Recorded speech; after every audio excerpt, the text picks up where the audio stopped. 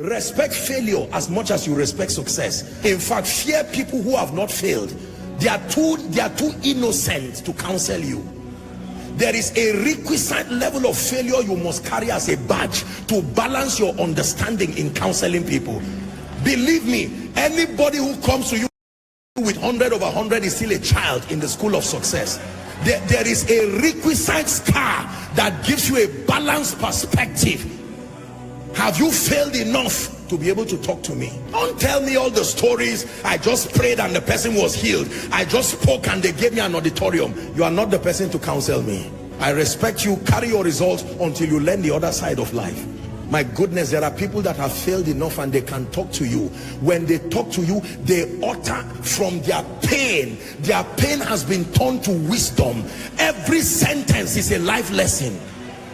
A woman who tells you, I have been barren for 10 years. Now God gave me 3 sets of twins. Forget the twins and learn wisdom.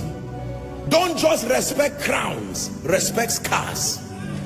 The wise respect both scars and crowns. Can I encourage someone? Your failure is still an asset. Don't throw it, archive it. It will be one of the qualifiers for your speaking to people tomorrow.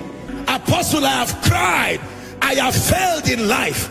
I know what it means to be an irresponsible father. Don't throw that experience, archive it. One day you will use from that wisdom and mentor an arrogant young man who thinks life is so easy. Most times when we are starting out in life, because of the leverage of prayer, the prophetic, or generally life just playing games with you, you can believe life is so easy and you are wondering, so why are people crying like this? I just got married and 3 months it's been so rosy. In fact, my wife is the best thing that has happened to me. And you go online and embarrass yourself. And someone who has been married for 15 years, he said, may God help you. After 2 years, you just turn and start saying life is unpredictable. All these unwise things that people do. Do not just respect those who have succeeded alone. Respect those who have failed. Not everybody fails. Respect those who have failed. Failure is an asset when you can turn it to power. Paul said, let no man trouble me. It is not only anointing that I have, there are scars. Gentlemen, don't just look for those who live in mansions. Go and look for mama and let her teach you the secret of happiness in a hut. There is something you need to learn, because the money you think will come from the mansion, you will be surprised. You don't know the depression and the drugs that surround those mansions. Sometimes you need to learn from both a king, but you need to learn from the slave that is in his palace. There is something the slave can tell you that even the king does not know. The slave is the one who cleans the palace. He knows what he has seen there. Why will the Lord speak to a young virgin through an angel and says, Mary, you are highly favored? And the next thing that follows woman is pain, controversy. There was nothing in the life of Mary that looked like favor. An angel comes from heaven and says you are highly favored. I would expect the king to call her and say, I had a dream. There is free land for you. As soon as Jesus is born, you become tax-free. That sounds to me like favor. So God calls scar favor. He calls controversy favor. He calls pain favor. Why would you say a woman is high? God is speaking to someone.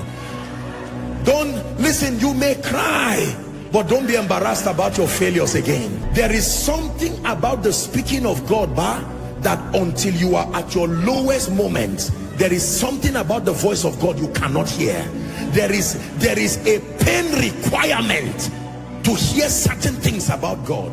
Tonight's message is very deep. For some of you, you really will not understand it this night. You are too innocent. You have been shielded by the sacrifices of others. You may not really understand this. There is a pain requirement that brings out the clarity and the purity of the voice of God. There is a way a man of God fails and fails and fails in ministry, that he goes back and he says, Lord, teach me. When he writes a book about the leadership of the Spirit, read it. That pain has purified any flesh and the need to make a name. It's gone. That is the reason why when people go through things and they come out of it, they usually come out with an anointing. Barren for 16 years, laughed at by people. As she gets triplets, it's not only children she got. The day she speaks over you, she will terminate barrenness in a moment, because every time she sees you like the high priest, she's touched with the feelings of your infirmity. Let me tell you the truth. You see, many of you see today that I pray for people and I'm just speaking and you see the power of God. It's not only prayer and anointing, no. There is a pain requirement that has reached down to the bowels of power and has drawn genuine, authentic spiritual power.